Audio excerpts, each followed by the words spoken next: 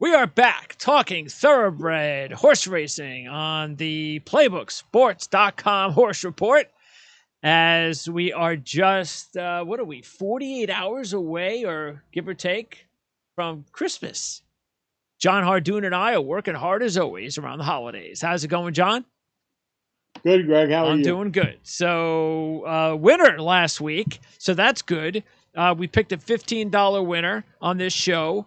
And anytime that we can do that, we feel pretty good about ourselves. But we're back at it again this week, this time with the opening of Santa Anita.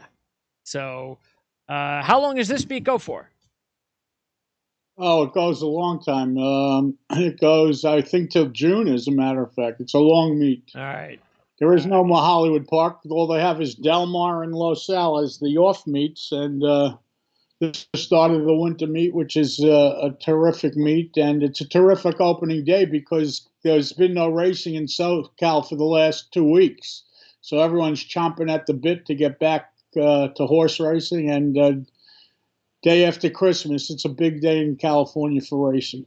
Well, again, we're handicapping games that will take place on Sunday with, of course, not games, but horse races, which is, I guess, games. Yeah, the horse races.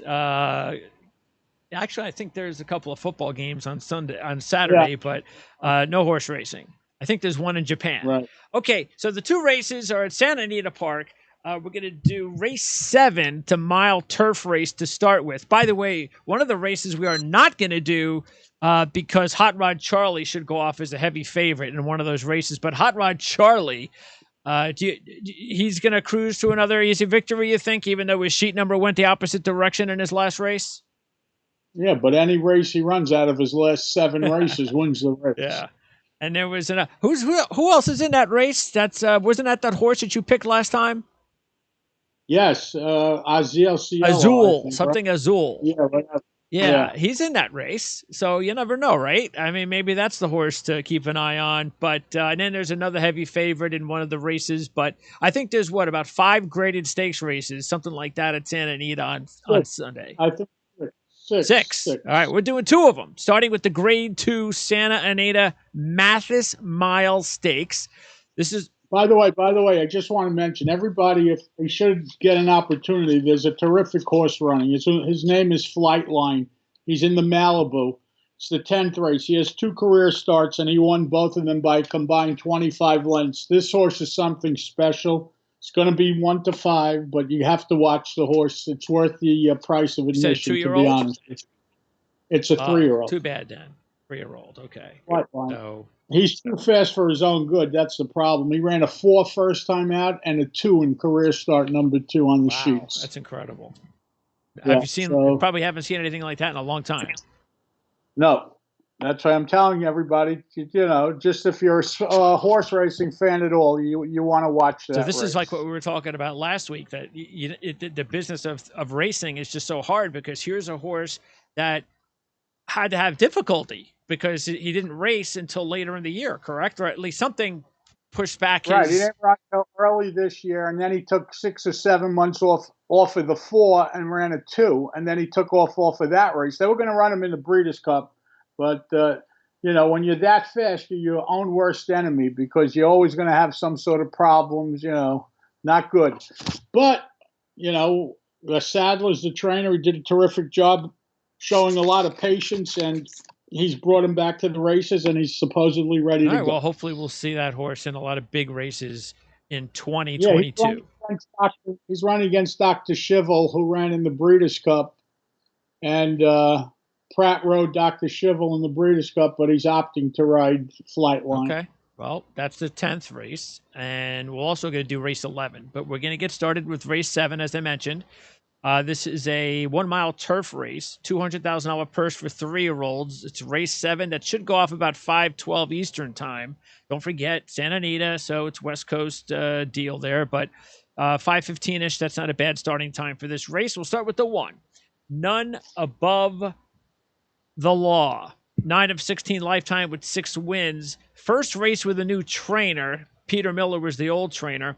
The horse did win a Grade 2 stakes race at Del Mar in September on turf. And besides the top 2 favorites in this race, This horse is the only other horse that has won a graded stakes race. Last time out, an 11 on dirt.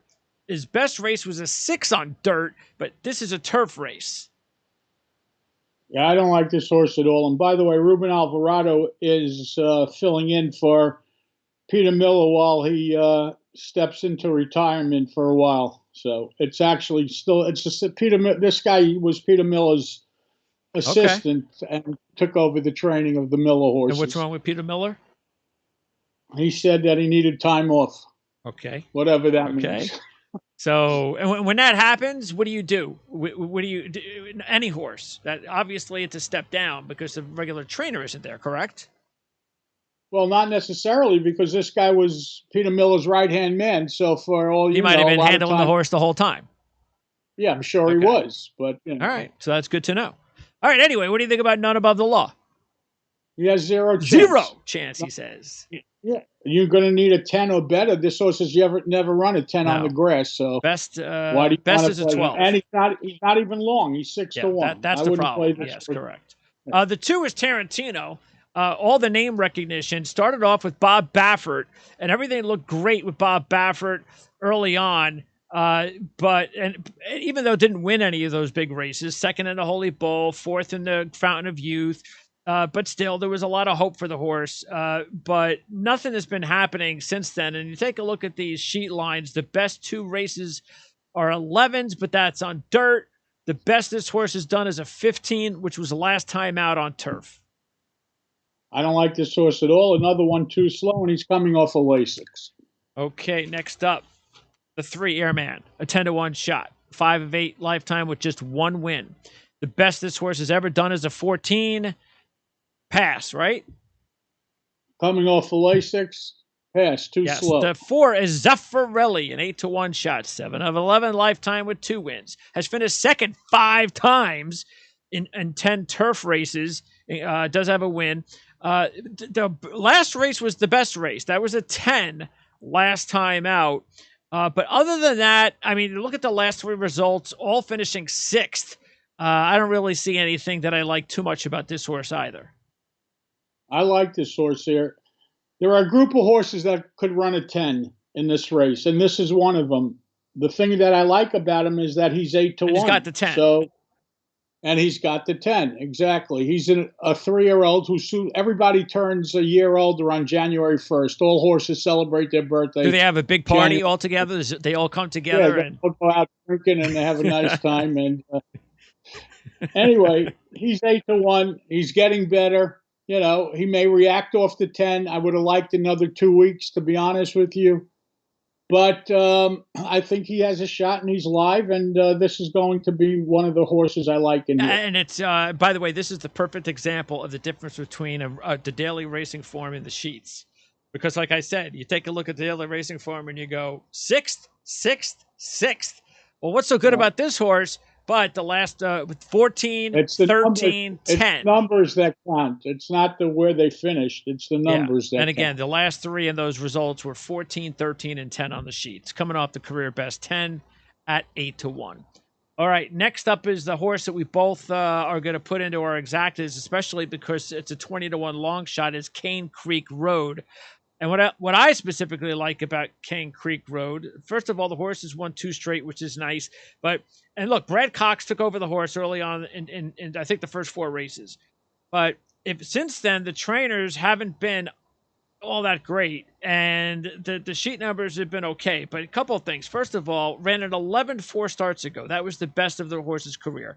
So, okay, the horse was going to bounce, and it did, to a 17. But then you did what you wanted to see. Came right back and tied the 11 again. But then when he bounced the second time, he only bounced to a 13. So I'm expecting a career best, maybe a 10 or a 9 here, especially the first trainer, the first race under new trainer, and the best trainer that this horse has had statistically is Doug O'Neill. So since Brad Cox. Since Brad Cox. So, and I love the fact that the horse is 20 to 1. Well, that's all true. The only knock I could give you on the horse is that he's yet to run the 10, for example, that the 4 has run and that you're going to see other horses have run. And he is coming off a Lasix. So those are two little problems. However, when you're betting 20 to ones, they're not going to be foolproof, and you have to have a little bit of an imagination. He's moving forward off the 13, and for that reason, I gave him a chance, and I'm using The him. 6 is flashiest, the 6-to-1 shot, 5 of 8 lifetime with 3 wins. Over really consistent horse over the horse's career with tens and between 10s and 13s, and a lot of between 10s and 11s and 12s. Once again, this is a horse that actually looks better on the sheets than the results, because 3 of the last 4 results are 7th, 5th, and 11th. But this is only a 6-to-1 shot. I would like better odds. Yeah, and the problem I have with this horse is his last 2 races were really not so good. He had a 10 before that. He had 11s earlier. And either one of his last 2 races should have been a 10 with all the time off, or the 11, and we didn't see it. So for that reason, and the fact that he's 6-to-1, I could pass on him. All right, the 7 is Du Jour, a 3-to-1 shot. Now the 7 and the 8, these are the 2 favorites of the race. Du Jour, this is the interesting thing about Baffert. So Baffert starts the horse's career off. First 5 races, the horse has 3 wins, a runner-up, and a third. Then Mott takes over the horse and struggles to a third, a fourth, and an eighth. Now the horse is back with Baffert, but the sheet lines have been very consistent throughout the horse's career from 12 to 15. Nothing special where I go, hey man, 3-to-1. I better jump all over this horse. That's the thing that I'm a little bit concerned with, are the odds at 3-to-1, because this horse has only run 2 12s over the last 2 races. The only good thing about him is going back to Baffert. When he was in New York for the 3 races that Mott trained him, Baffert was suspended in New York because of the Medina Spirit situation.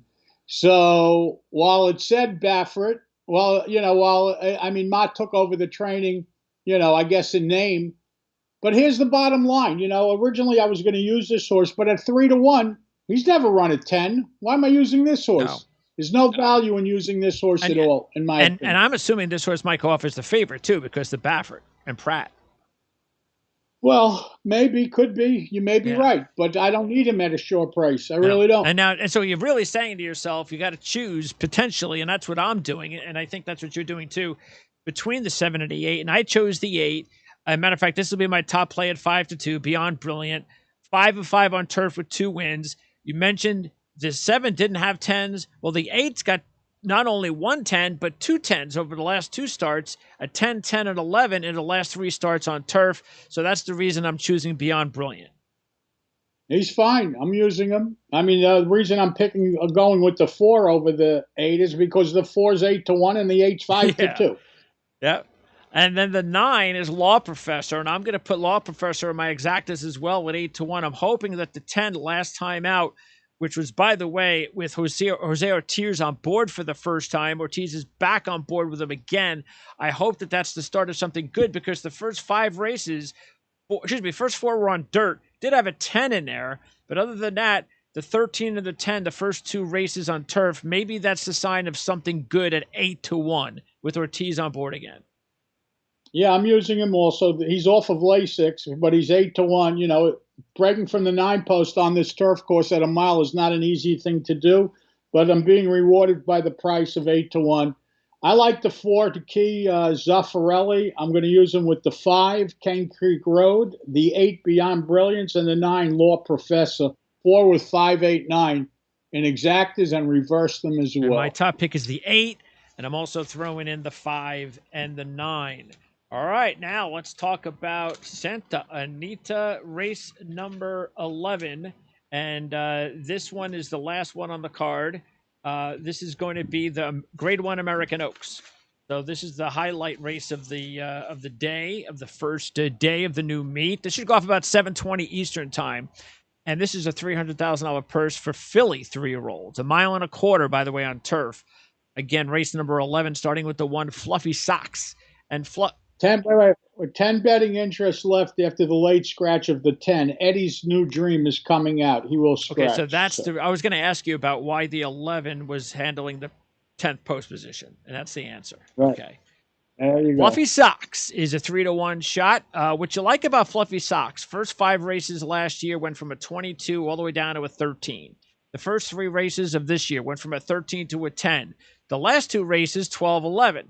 Still very solid, consistent between 10 and 13 in 5 races this year. You get Mike Smith and Chad Brown on the combo, and the horse has a grade 2 and a grade 3 win under her belt. 3-1, that's the only thing that we're worried about because the odds are kind of low. I'm not worried about her. 3-1. I mean, I would use him, but I'm not a fan. I would use him really only because I don't have that many horses to use in the race, and it's Chad Brown. I don't like Mike Smith. You know, I think he's overrated, to be honest with you. And at 3-1, he's just another horse in the race. But I'm using him out of respect to Chad Brown. The 2 is a horse that is a long shot and is just way too slow. Correct? Well, he has a license to make a. She has a license to make a forward move, but I don't like her. You're right. She's slow. The best we've seen was last race when she ran a 13. The Correct. 3 is a 6-1 shot, and we're both going to put the 3 in our exotics. Closing remarks.